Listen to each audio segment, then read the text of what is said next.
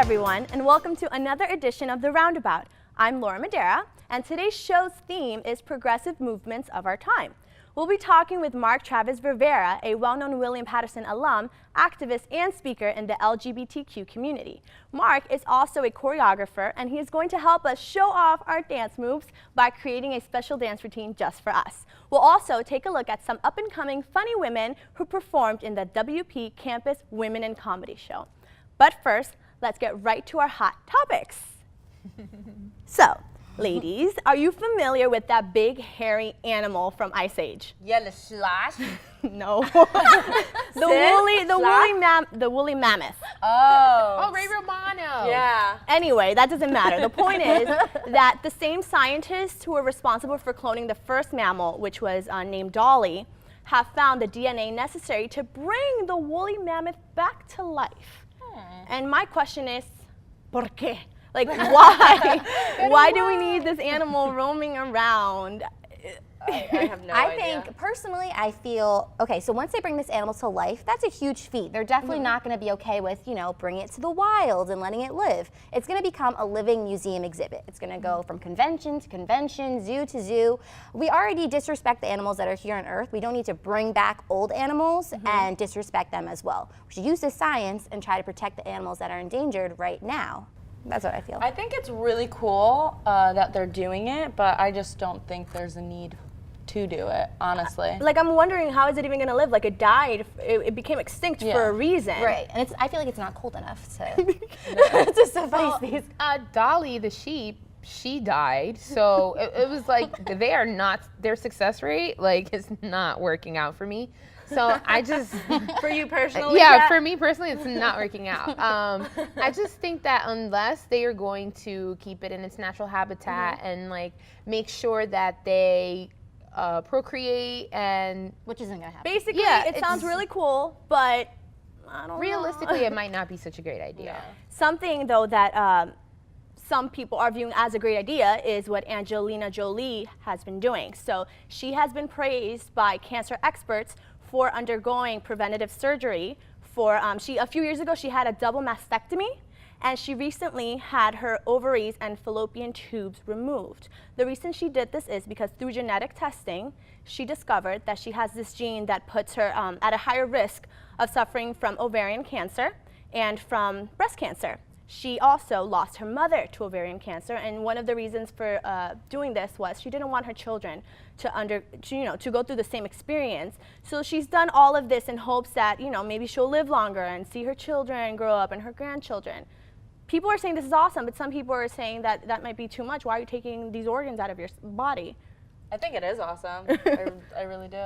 I also feel like kudos to her, especially because part of this surgery she had to do, she had to reconstruct part of her breasts. And as a woman in Hollywood, I feel like it's really hard to touch that part of your body and not get negative criticism for that. So I think that's really great, but I think it's also important to remember that even if people are inspired by this, most people can't do it unless they're extremely wealthy like she is. The test she had to go through, $4,000 by itself. After that, the surgery, there's only one company that can do it, so they pretty much get to charge whatever they want. So this is definitely a very elite opportunity that she's going through. I just feel like unless you're diagnosed with an actual cancer, I don't think that there's anything that you should be removing. But she's at risk. I've had family members that have died from cancer. So for me personally, I'm not gonna remove my breasts because even if I have the gene, that doesn't mean that my child's not gonna have the gene. You're prolonging your life, but she has children that are genetically her children.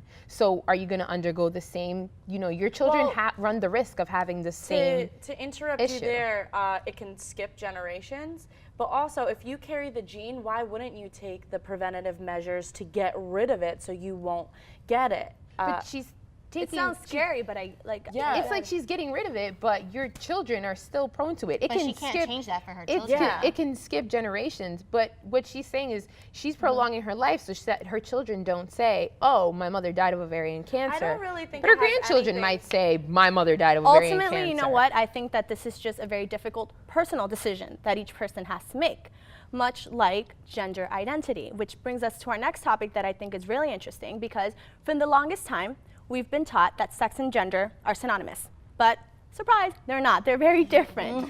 So your sex term, which is like male or female, is not the same as your gender identity. And in light of this, Facebook has recognized it, and they've gone from the generic male-female gender options that they have for users, and they've added a new 51 gender identity options.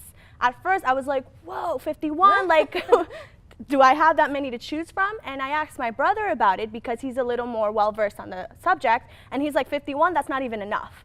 Wow. And I'm just like, who knew that, you know, that there could be so many? Well, I think it's definitely a good step forward. I mean, Facebook is supposed to be for the user. So if you can't identify as yourself on your own Facebook, I feel like that's so sad, you know?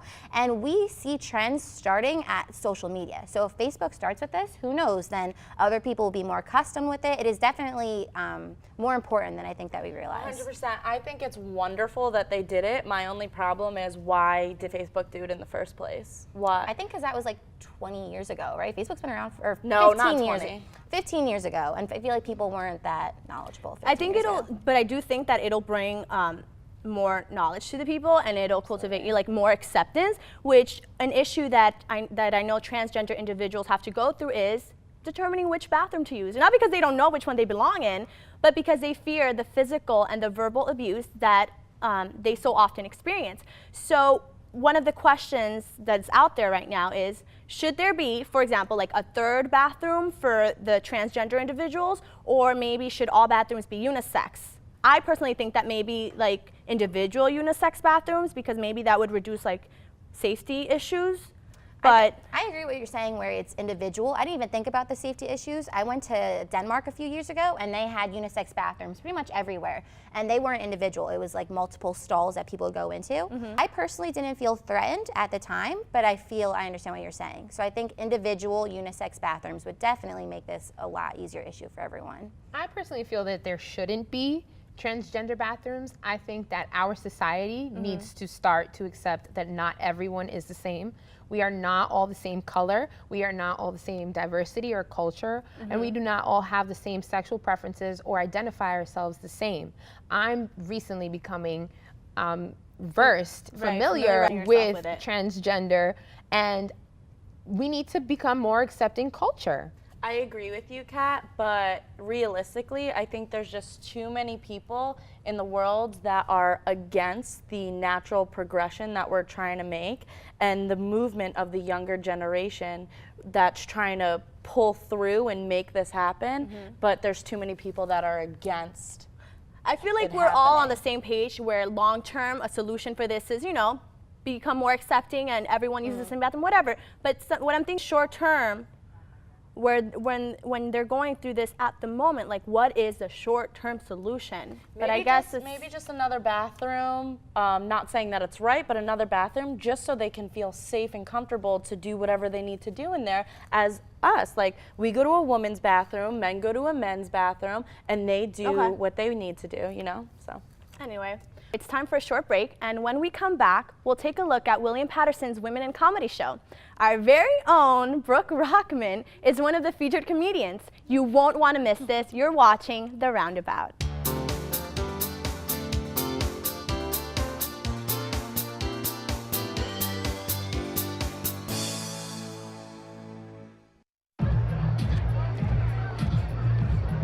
If you drive buzzed, it could cost you around $10,000. You'll face major legal fees, major fines, and steep insurance penalties. You could lose everything. Buzzed, busted, and broke, because buzz driving is drunk driving.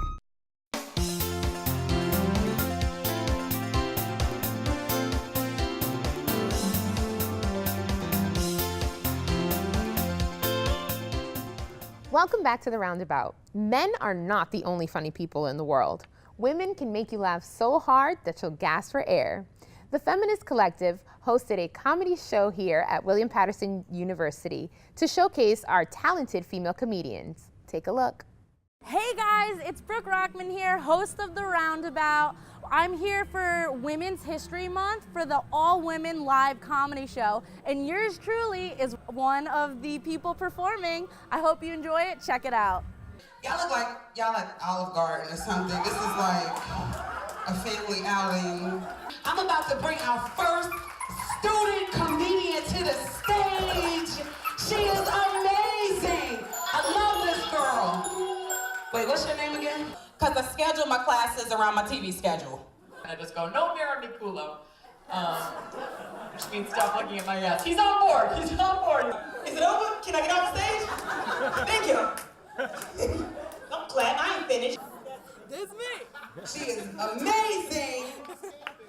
Yes, she is amazing. I need y'all to start clapping your hands right now.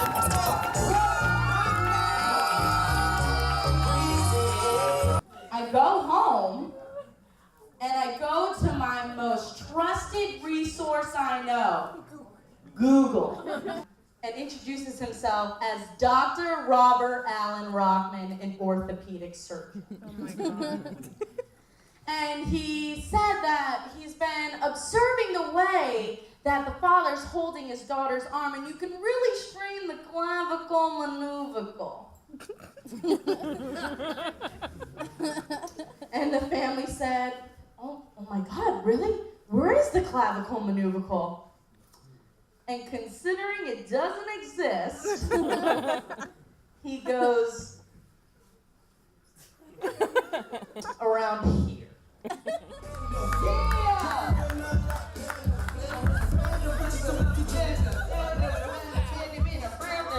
Yeah, one more time for Brooke Rochman. Are you guys proud? That was an amazing Women in Comedy event. That was hilarious. Yes, and Brooke did such a great job with her set. She was hilarious. I think it's really great that now people realize that women are just as funny as men are. Or more. Like, Yeah.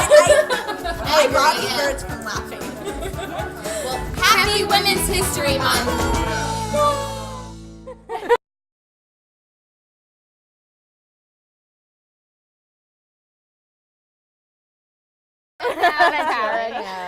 Now that Tara whispered it to you. That was so embarrassing. Getting by with a little help from your friends. Well, when we come back, we'll let you know how the women at William Patterson campus celebrate International Women's Day.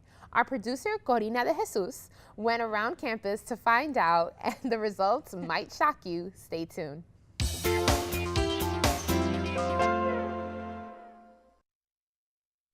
outs with a runner on first base. Now the big guy comes up to bat, hitting .342 with 92 RBIs and 36 homers. The first pitch is fouled between the backs.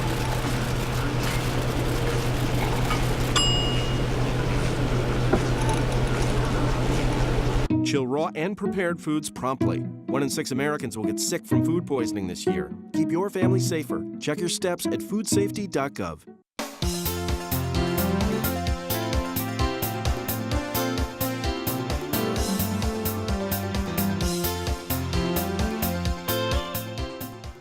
Hello and welcome back to the Roundabout. I'm Tara Felton. So ladies, International Women's Day is always celebrated on March 8th. I celebrated, you all celebrated, wonderful. Now what did you do? Well, wonderful. It's National Women's Day to me every day. I celebrate myself every day. Yes. But this particular Sunday, I did what I do every Sunday. I went to church and I did some homework. Well, did that's some good. homework. That's and good. It was good. I avoided Brooke singing, and I had some wine with some girlfriends and brunch.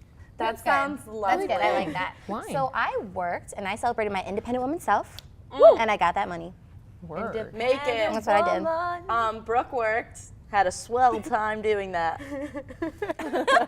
So that's awesome. Well, one of our producers, Corina de Jesus, spent a day finding out how folks on campus celebrated International Women's Day. Take a look. International Women's Day is celebrated on March 8th every year.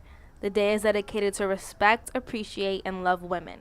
Hey girls, as you may know, March 8th was International Women's Day. This day has been around for over 100 years, yet many people still don't know the day exists. So I went around William Patterson asking people if they celebrated International Women's Day. Did you know about International Women's Day?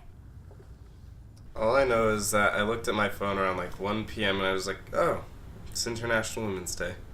Did you know about International Women's Day? Actually, I've not heard about it till now. I actually don't. I have never heard of it. I've actually seen it around social media. A lot of people are doing a lot of hashtags on it, so I kind of was informed about it. How about you? Yeah, same thing. I saw it on Facebook. I saw a bunch of Instagram posts about it, but I don't know too much about it. Did you know about International Women's Day? I did know about it. Did you do anything to celebrate? Is there anything to celebrate? Did you know about International Women's Day? I did. Did you do anything special? I had a conversation with my fiance about it. Did you post anything of your own to contribute? I posted something up on Instagram talking about how women don't need to lean on anybody and support, need support just for themselves and have their own backs. And yeah, that was pretty much it. Did anyone do anything special for you? Well, I hanged out with my boyfriend that day, and then he just paid for everything, so that was it. Did you do anything special or post anything of your own to celebrate? I mean, I guess selfies would count. Yeah, do you think it's a great day for women? Of course. I feel like they should have some recognition at least one day of the year. Every day is a good day for women. Every day, right? Do you think it's a good day for women? Do you think women should be celebrated, have their own day? Yeah, but not on like the shortest day of like the year.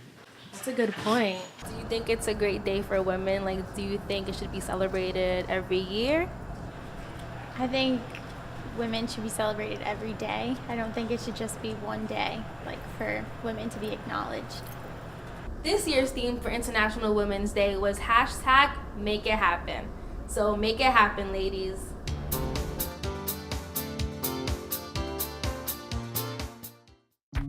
People think I'm trash, but they're wrong. Today I'm just an aluminum can, but one day I could be a stadium.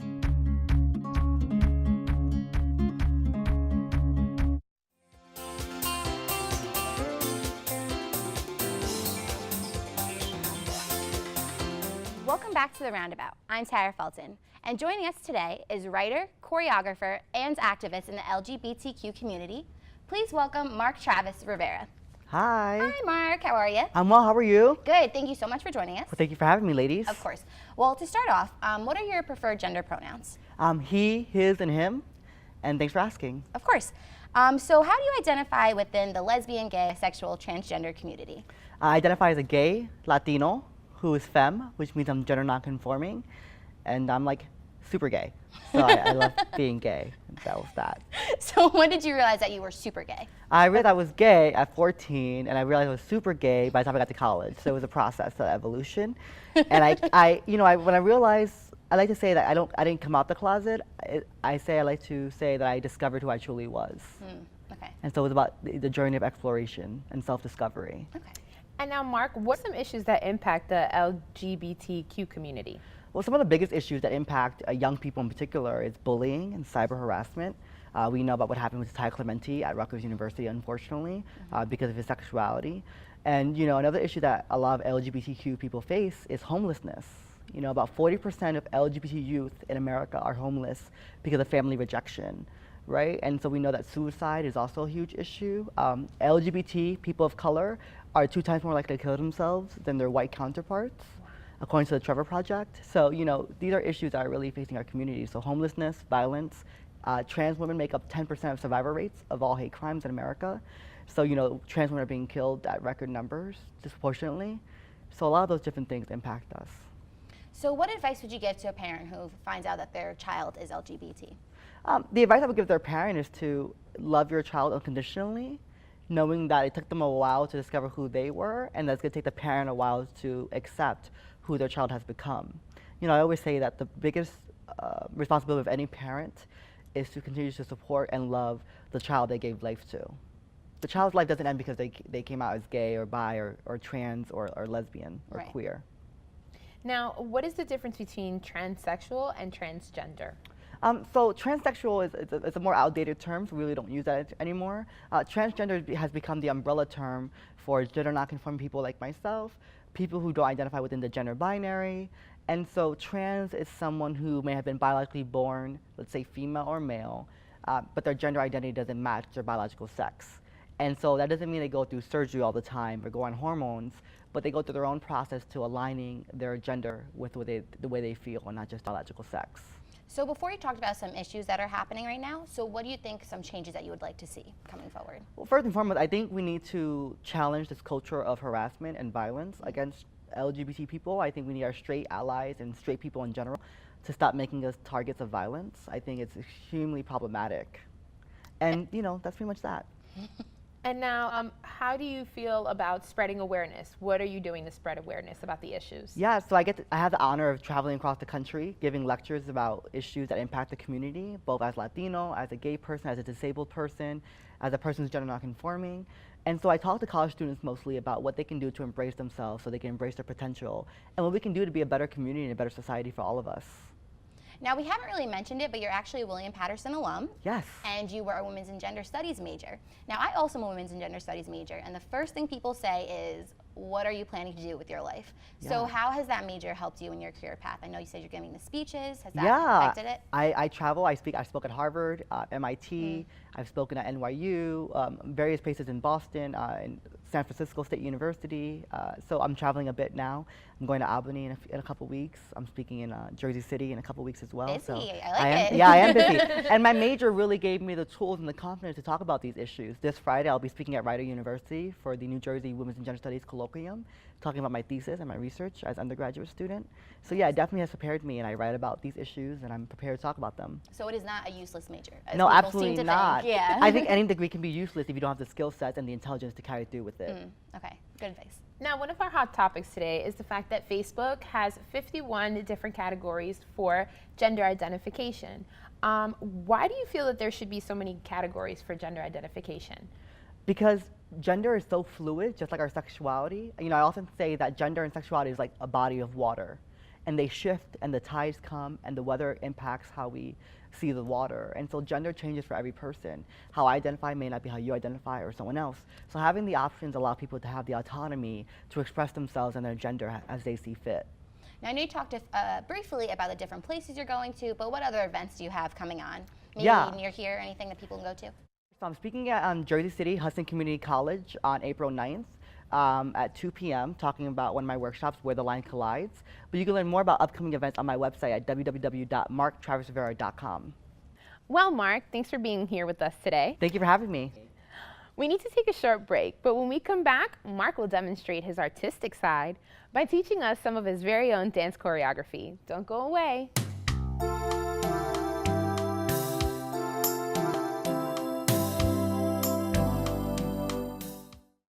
Up, college is hard. Down, those books are heavy. My sport is football, but my passion is education. Right up here. So every year I take promising high schoolers on a college tour Lights there, darts there. to show them that higher education means a brighter future. My name is Nnamdi Asamoah. I don't just wear the shirt, I live it. You can be a reader, tutor, or mentor too. Take the pledge at liveunited.org/volunteer. Do you wear this?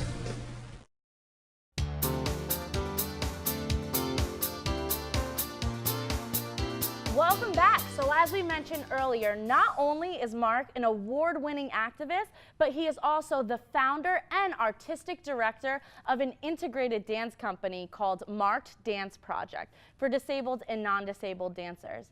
So Mark, how did you get into choreography? Well, I was born with cerebral palsy. My mom had me at 5.5 months. I weighed 1 pound. And I used to walk like Forrest Gump, the movie with Tom Hanks. So I used to walk like this. And then I had surgery, and I went to Performing Arts High School, where I learned how to do creative writing and dance. And my mentor, Erin Pride, taught me everything I knew about dance. So when I was 17, I started my dance company to give other disabled dancers the same opportunities that I've had to learn dance. That's incredible. Thank you. Well, now, do we all want to see him teach us a little bit?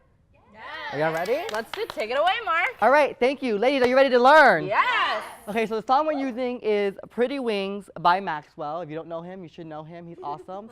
And the story behind this little choreography today is about us trying to break away from a bad relationship. And we're trying to spread our wings and soar, but we're stuck by love. Preach. Bad love, yeah? Can we all, like, I think everyone, gay or straight, can relate to that. Laura knows a little. Here we go. So we're gonna teach this really quick. Are you ready? Okay. Yes. And remember, it's just for fun, no pressure. All right, awesome. But Here we go. pressure's on. No pressure. Here we go. Ready? 5, 6, 7. You're gonna go step out, reach, body roll, boom, hit, wing, swing, circle, chest. Oh, yep. I messed up my own choreography. It's all right. Here we go. Ready? From here, you go chest. You break away. Up, break away. Up, release. All right. It's really simple.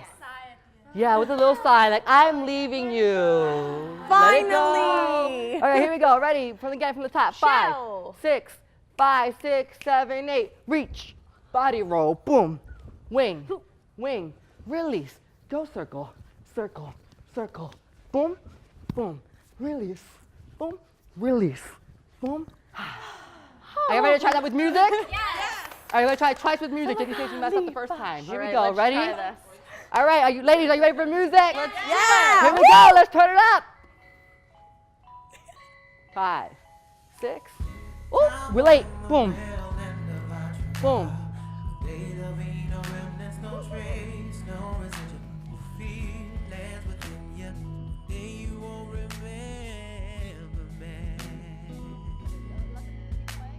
Again from a different part. Okay. Right, here we go. Are you ready? Yes. Here we go. We're waiting for the music to shift. Hold on. Here we go. 5, 6, 7, 8.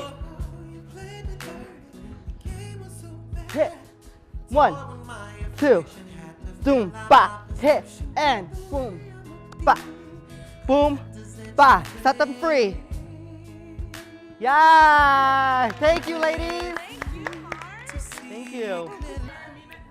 Well, that's all the time we have for today. We want to thank our guest, Mark Travis Rivera, for enlightening us about the LGBTQ community and for teaching us some amazing dance moves. We'll see you next time on The Roundabout.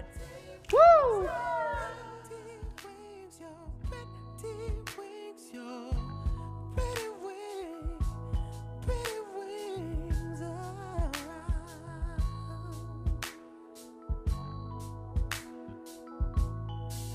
Came wrong, you were right. Transform.